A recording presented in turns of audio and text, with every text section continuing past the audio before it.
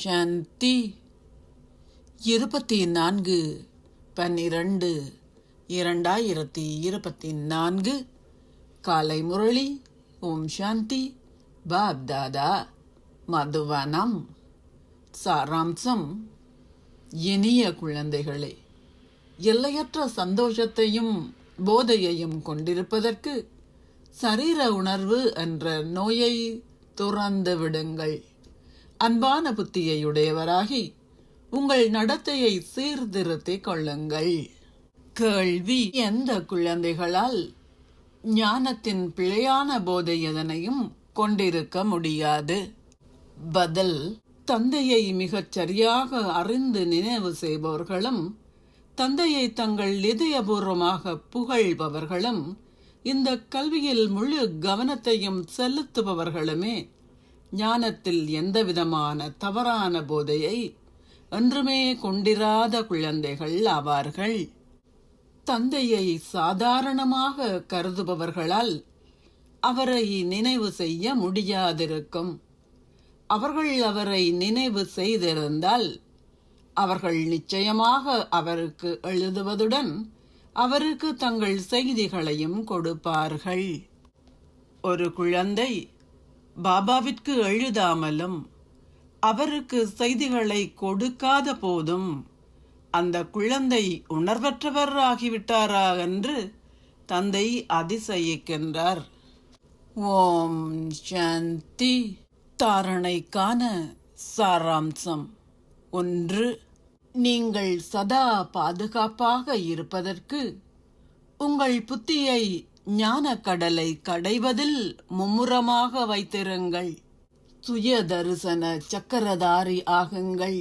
அரட்டை அடிப்பதில் நேரத்தை வீணாக்காதீர்கள். 2.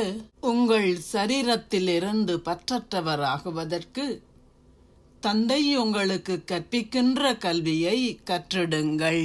மாயையின் விசையிலிருந்து பாதுகாக்கப்படுவதற்கு உங்கள் ஸ்திதியை ஆட்ட அசைக்க முடியாததாக ஆக்குங்கள்.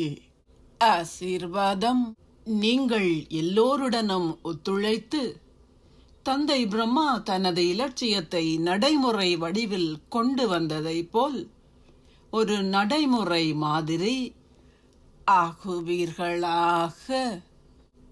தந்தை பிரம்மா தன்னை ஒரு கருவியாக, ஓர் உதாரணமாக ஆக்கி எப்போதும் தனது இலட்சியத்தை நடைமுறை வடிவத்தில் கொண்டு வந்தார். முதலடி எடுத்து வைப்பவர் அர்ஜுனன் ஆவார்.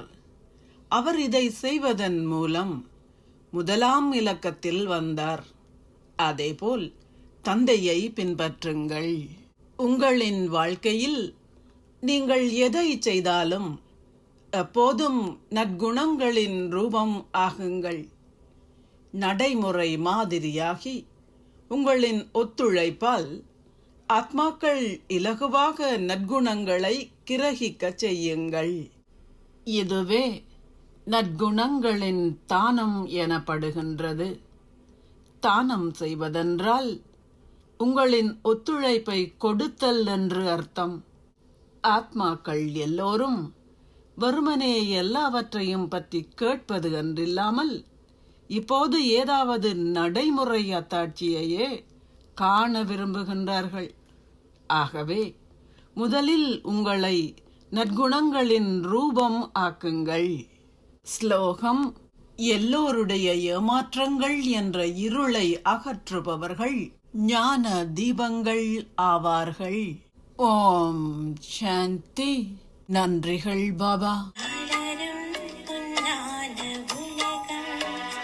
புயலை